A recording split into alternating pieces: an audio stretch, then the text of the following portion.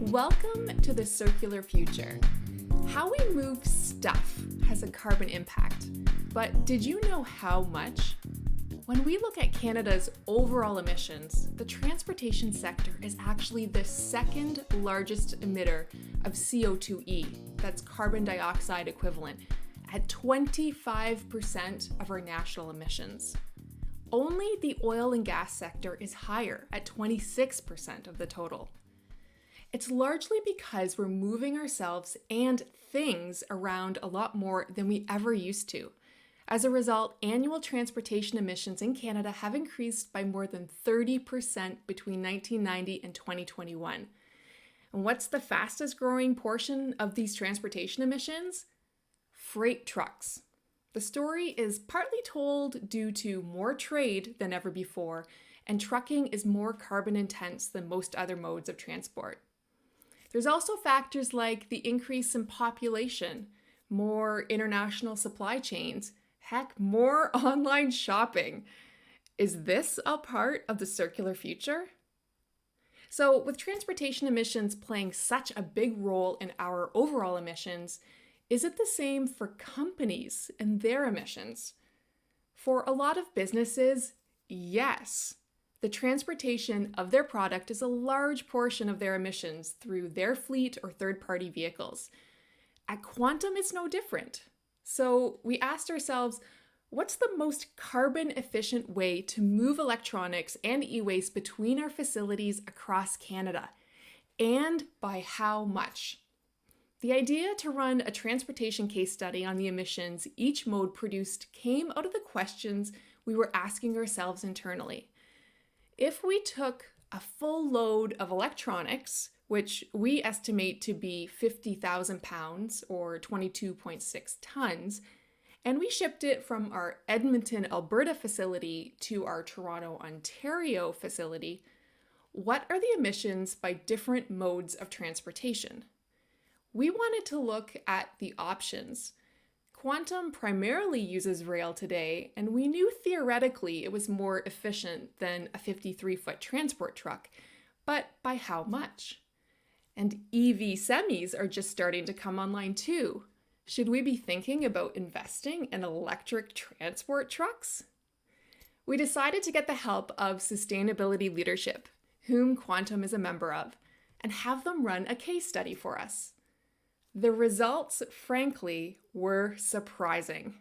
And I've got Rafiq Dhanji, the Executive Director of Sustainability Leadership, here with me.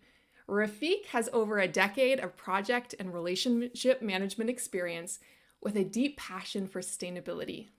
He has given a flagship TEDx talk on how businesses can incorporate sustainability into their operations without increasing costs.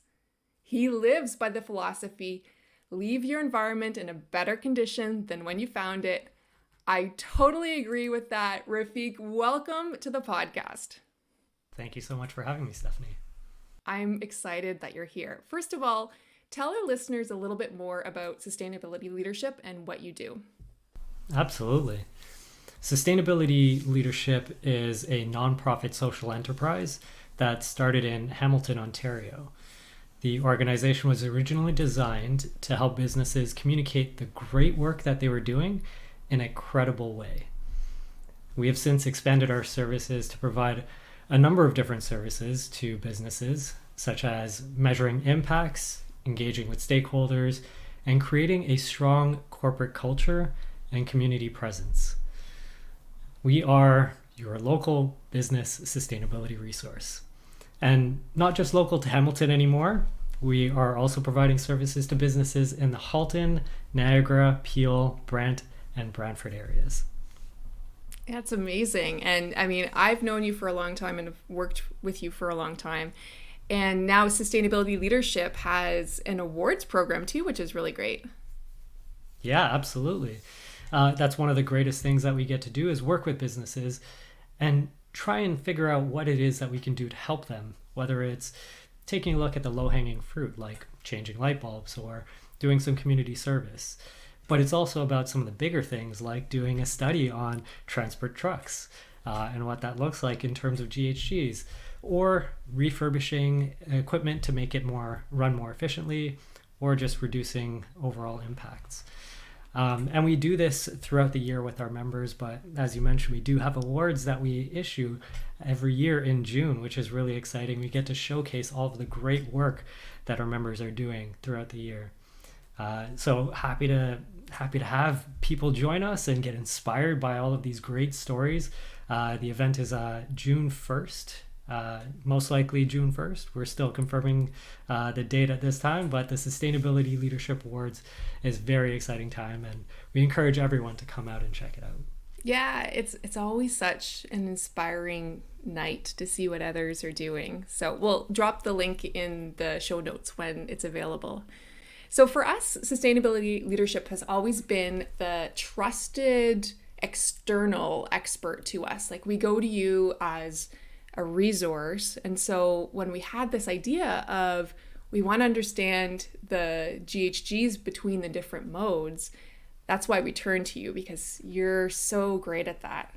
And I want to break it down in terms of the different modes and have you explain the difference between rail versus transport and EV semi. First of all, when we came to you with this project, was it something you'd considered before, or was this sort of like new in a sense? Great question. It's definitely something that's been top of my mind, and EVs in general have been a very big focus for you and I, Stephanie, because we go back on EVs for a number of years now. That we do. But in terms of the commercial side of things, it wasn't necessarily something that we had necessarily looked at. We'd been looking at EVs as a fleet mechanism for businesses, but not necessarily for transportation of goods. And so this gave us a really good opportunity to gain that insight and learn for ourselves. And it's really interesting because there is so much out there to be able to create efficiencies, such as putting I think barriers or side rails on these trucks, these diesel trucks, to make them more efficient and slipstream. But now we have EVs as an opportunity, and potentially even hydrogen as well. Yeah, so we'll get into more of that. Let's start with the first mode that we looked at. And remember, we're looking at the transportation of a full truckload of electronics or e-waste from Edmonton to Toronto. So rail was the first one that we looked at. So what were the considerations when you were calculating the emissions of using rail? Yeah, one of the biggest things with rail is that we have one rail system. There's no crisscrossing. There's just one straight across Canada. And interestingly, not everyone has access to the rail yard directly from their facility. And so you have to figure out how you're going to transport the load to the rail yard. And then once it gets to the destination, from that rail yard to the final destination, that last mile. So there's a number of different considerations that come in. Is what is that route? What does it look like? And how far away is it from the first and last mile, that destination? Places like Europe are very, very interesting because they have crisscrossing networks all over the place. And I was looking it up. I was trying to get a sense of the spans of the rail network, and it's like a spider web through Europe, which is amazing, and it makes it extremely accessible. In Canada, we have the one rail that goes across Canada, which is fantastic that it's working and we've kept it alive. But when you consider the distance that it's gone, in this particular scenario, Edmonton to Toronto, I was trying to see how far that would stretch through Europe. And if we were to go from Lisbon, the very west coast of Europe, it would go all the way to Warsaw, Poland, which is all the way in Eastern Europe. So that is a huge span to cover. I think like 6 or 7 different countries that it goes through to be able to get there, just to match the same route that we would have to go through in Canada between Edmonton and Toronto. Wow, that's incredible and puts it in perspective, really. And we know in Europe now, too, they are banning short-haul flights because they figure, if it's 2 hours or less, people can use rail, and the rail system is largely electric there. So what about here in Canada? How efficient is our rail system in terms of carbon emissions? It's extremely efficient, which is great. We were calculating that distance that it would take, and in terms of emissions, it takes about 1 ton of emissions to travel that distance. I think almost 3,500 kilometers, which is incredible, and we'll talk about the relation that is to the diesel trucks in a bit. But the most interesting part is that it can a rail car can transport thousands of tons of material, and it makes it super efficient to have that one mode, that one source, carrying all of that and creating only 1 ton of emissions for a whole truckload. Yeah, that's crazy. And we'll talk about the comparison of the different modes and what their emissions were at the end. One other question about rail. What about the time perspective? Like, is it any more or less efficient in terms of time? That is a huge consideration. There is, because of the weight of the train, it takes a long time for it to pick up speed. And once it picks up speed, it's a little hard to slow down as well. So when it makes those stops, every time it stops and starts, it takes quite a while. And sometimes they'll wait until the train is actually fully loaded before it leaves. So if there's a few cars missing or a few cars empty, it might wait for a load to before it leaves the station. So in general, the timing is a huge cost factor. So we talk about financial costs, we talk about environmental costs, but there's also the time cost as well. And that is a huge factor when it comes to rail, that it's probably the slowest mode of transportation. It's really efficient, but it takes a long time. Yes. Well, everything has its pros and cons, I suppose. So let's now look at the transportation, like transport trucks. What did you look at with that? Did you look at gas or diesel? Our initial instinct was to go with diesel, and we were trying to make sure that we did our due diligence. And so we looked into the difference between gas and diesel. And between the two versions of transport trucks, what we found is that diesel trucks are actually 10 to 15% more energy efficient than a gasoline transport truck. And that's simply because of the amount of energy that's contained in a diesel, in the diesel fuel when it's combusted. So we ended up looking at the diesel truck and just kind of eliminated the gas truck. And for the most part, most transport trucks on the road are diesel trucks. And so we took a look at that. Our next portion was to make sure that we were looking at the correct routing. And we wanted to make sure that we were using the shortest route possible, which is basically through Canada. There is another route that is very similar in length, and it's 2 hours shorter, but goes through the US. And one of the challenges that we came across when going through the US is that you have to go through customs going out into the US and then coming back. And so we wanted to avoid that time delay, but also picking the shortest route. If it meant 2 hours longer, it may end up balancing out in the end. So our route that we chose was strictly through Canada to avoid a lot of those hurdles. Yeah, that makes sense. And I think most of our trucking does come through Canada, not through the US route. What about the carbon efficiency of these diesel 53-footers? How carbon efficient, or maybe it's inefficient, are they? Yeah, over time, it's gotten a lot better. These diesel trucks have a number of different gears to try and make sure that they're pulling the payload that they can, but not necessarily using all the fuel that they have at the same time. So it's a really interesting progression over time. But what we found is that it seems to have plateaued over the last decade or two. The major innovations that have come across over time with the diesel trucks in the last decade are these additions, and you might see them on the highways now, these additions to make the trucks more aerodynamic. So you might notice that the hood goes up higher so that the wind goes straight up over the edge of the trailer. You might notice these side panels underneath the trailer between the axles to make it more aerodynamic. Or you might notice that the hubcaps on the actual trailer or the truck itself are flat to reduce that drag. So it's just small minor tweaks now that are trying to make it more aerodynamic and more efficient in that way. I don't think I've ever seen the hubcaps. I'll look for that. But you're right. I've seen all the other additions to the truck to make it more aerodynamic. Finally, what about weather? How much do you think that weather impacts the trucking and therefore the carbon emissions that we might assume? Absolutely. Weather plays a huge impact, and not just weather.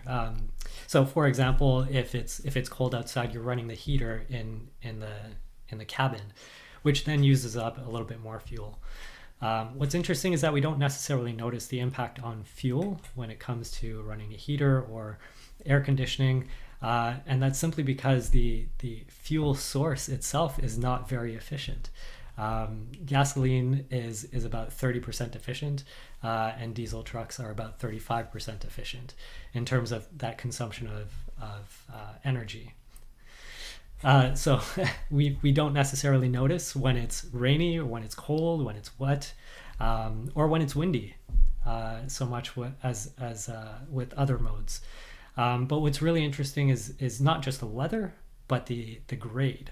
So the elevation that you're going up and down, that can have a huge impact. Going down is extremely difficult for heavy payloads, especially if it's below a certain grade. In a lot of cases, you might notice if you're driving across Canada in some of these back routes that they have pull-off areas for trucks to try and slow themselves down if they're coming down too quickly.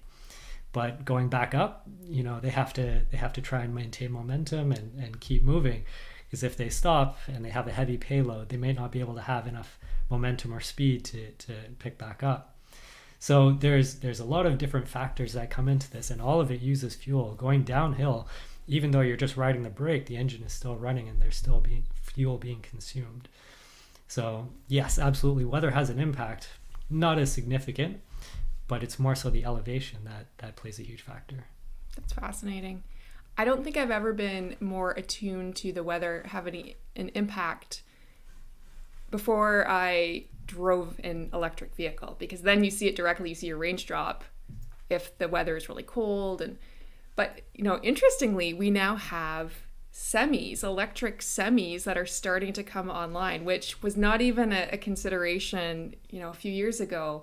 But it's becoming a reality. And by electric EV semi, I mean, for example, the Tesla semi is the most well-known one that's coming out. So Rafiq, what do we know so far about EV semis?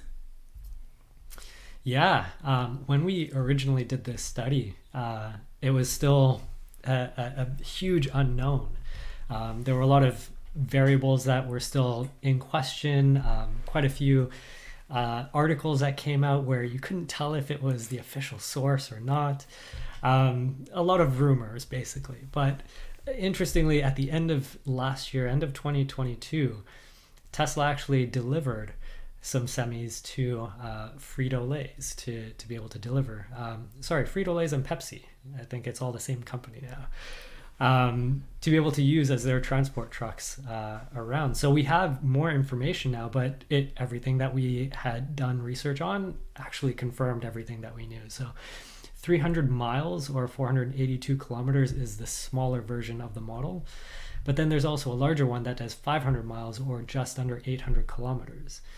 So to give you a sense of range, diesel trucks go anywhere from 600 to 800, maybe 900 kilometers of range on a tank of fuel. So it's very, very similar now in terms of capacity. And for the smaller one, having city haul within the cities makes it much more efficient, especially because you're stopping and starting quite frequently.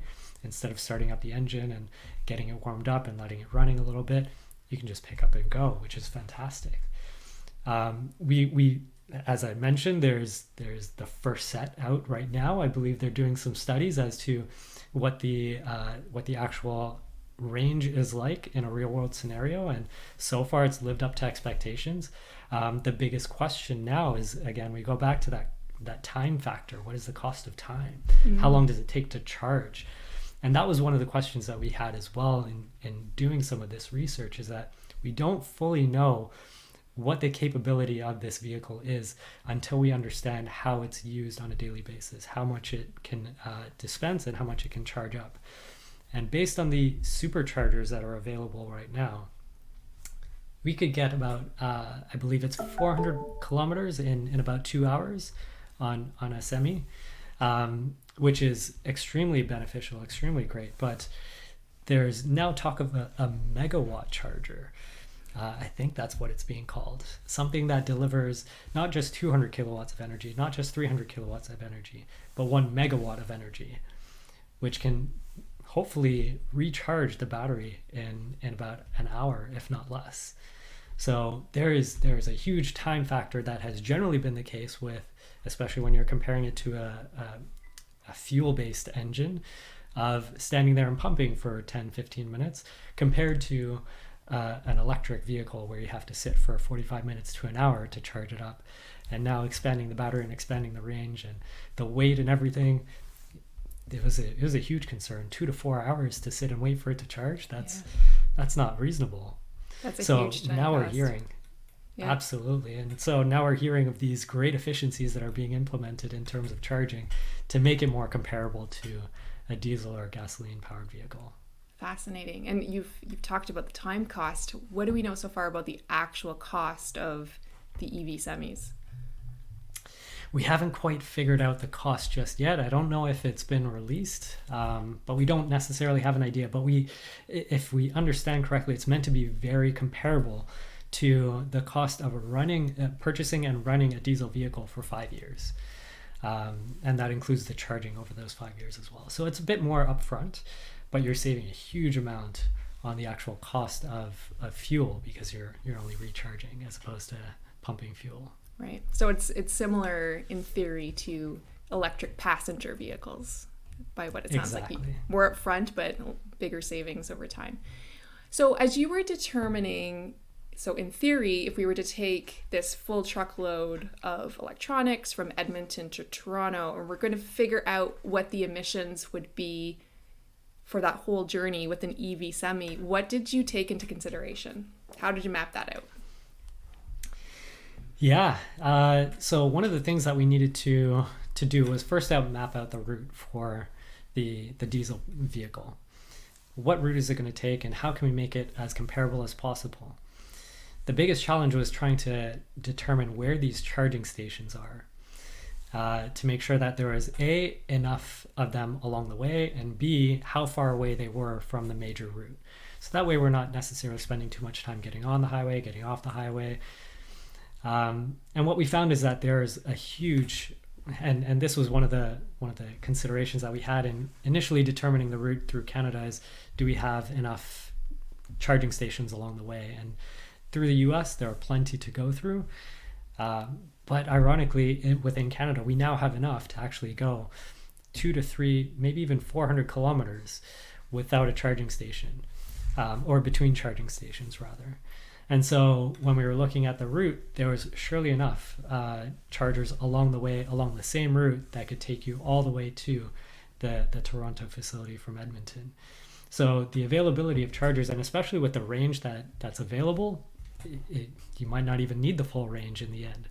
I think we were calculating the greatest distance that you had to go between chargers was about 450 kilometers. And what that means is that you spend less time at the charging station itself as well. Even if it's a fast charger, you may only need to charge up for maybe 10, 15 minutes before you can go and make it to the next charger. And what we found is that the lower the state of charge on a vehicle, the quicker it's able to charge up. And I love to give the analogy of pouring a glass of water. If you have a giant pitcher of water, and you're trying to pour it into an empty glass, what you normally do is you pour it, trying kind of quickly to fill it up, but then you ease up at the end so that it doesn't overflow. And very similarly, that's how batteries tend to charge, is that they fill up really quickly in the beginning, but then ease up towards the end so that it doesn't overflow. And so when we're charging up, we want to be at a lower state of charge, and so that we can get the quicker speeds and get back on the road faster. And the distance between these charging stations makes it extremely viable to have a lower state of charge and be able to make it in between without having to make a long stretch or even to have to sit for an hour in between. Now, one of the other things that we also looked at is the fact that truck drivers need to be taking a break after a certain number of operating hours. And these frequent breaks are actually safer by studies that have been done in the US and Canada. Safer to take a break every 3 to 4 hours. And the recommendation is actually every 2 to 3 hours on longer trips. But these truckers are professional drivers. That's what they do. And so they're probably used to being on the road for a number of hours at a time. But these frequent charging stations, frequent breaks, allow them to break up the journey and feel more refreshed. And the studies have come back that these shorter breaks are actually much more beneficial long-term for a driver, not only just for that trip, but for the longevity of that driver without having to take breaks, take vacation time and sick time in between. Wow. So it's actually a safer option when you put it that way. Wow. Yeah. Now, in terms of the actual emissions, the trucks themselves don't produce any carbon emissions, but it's the power that they are recharging at, that's where we factor in the emissions. So tell us about how you mapped that out and what was the different factors that went into calculating those emissions. Yeah, it was really interesting to kind of try and map this out, because in Alberta and Saskatchewan, the energy production for electricity comes from fossil fuels, and so it's not quite as clean as what we have here in Ontario. And so mapping out where these charging stations are, we want to find the most efficient route, but also to try and figure out if we were to fill up at this particular station, what would it look like versus maybe making that extra little distance into another province to get the lower emission factor. And what we found is that in Saskatchewan, Alberta, it's one of the highest emitting sources of electricity. But in Manitoba, it's so clean. And we were trying to figure out, can we charge more in Manitoba so that we can reduce our emissions? But ironically, there was only one stop necessary in Manitoba, and we continued on to Ontario. And Ontario, we're very fortunate to have a significantly low emissions when it comes to electricity. Not as low as Manitoba, but maybe one day we can get there in the near future.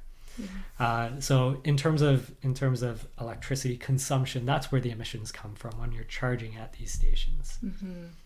Okay, so I'm sure people are wondering, what were the results of this case study between rail versus transport truck versus EV semi? Yeah, it was a really interesting study, and I loved the fact that we got to do this study. It was great. What we compared was not just rail, and as I mentioned earlier, we had to factor in the transport of that material to the rail yard. So there was a bit of diesel truck there. So we did the diesel truck and rail combination. We did a diesel only route, and then we did 2 EV routes. We did one with the 500 mile version and one with the 300 mile version. And so it was really interesting to come across these results when we were looking at it. We were quite surprised that we had such distinct results. And it's fascinating to see. So to start off, the diesel powered truck, if we went from Edmonton to Toronto, the emissions that were created from that one route is 10.8 tons of emissions. So quite a heavy amount. When you take a look at the rail and diesel combination, it drops to 1.24 tons. So a tenth of that emissions. And this is where it kind of gets interesting when we're looking at the 300 mile versus the 500 mile semi-electric truck. So the 300 mile ended up being 1.03 tons, so it's still even less. And the 500 mile ended up being 1.07 tons of CO2 emissions. So the 300 mile actually ended up being more energy, I guess, intensive, or emissions, lower emissions. Than the 500 mile, and that was mostly because you didn't have to recharge quite as much in some of these other areas. So we were able to skip one of the charging stations with the 500 mile versus the 300 mile. We had to add on an extra charger, but that extra charger ended up being a low emissions charger. And so it ended up being more emissions friendly in the end. Yeah, that really surprised me that the 300-mile version was the most efficient out of all of them. The other thing that just really blew me away was that rail was not far behind the EV semis. So 1.24 to 1.03, 1.07. So really, rail, which is something that we have today, if we can do anything more by rail, it surely will save us. Because remember, that's like about a tenth of the emissions of the transport truck. Did that surprise you too? Yeah, I didn't realize it would be a tenth of the emissions. I thought it would be a little bit higher, but it is extremely efficient and very, very effective.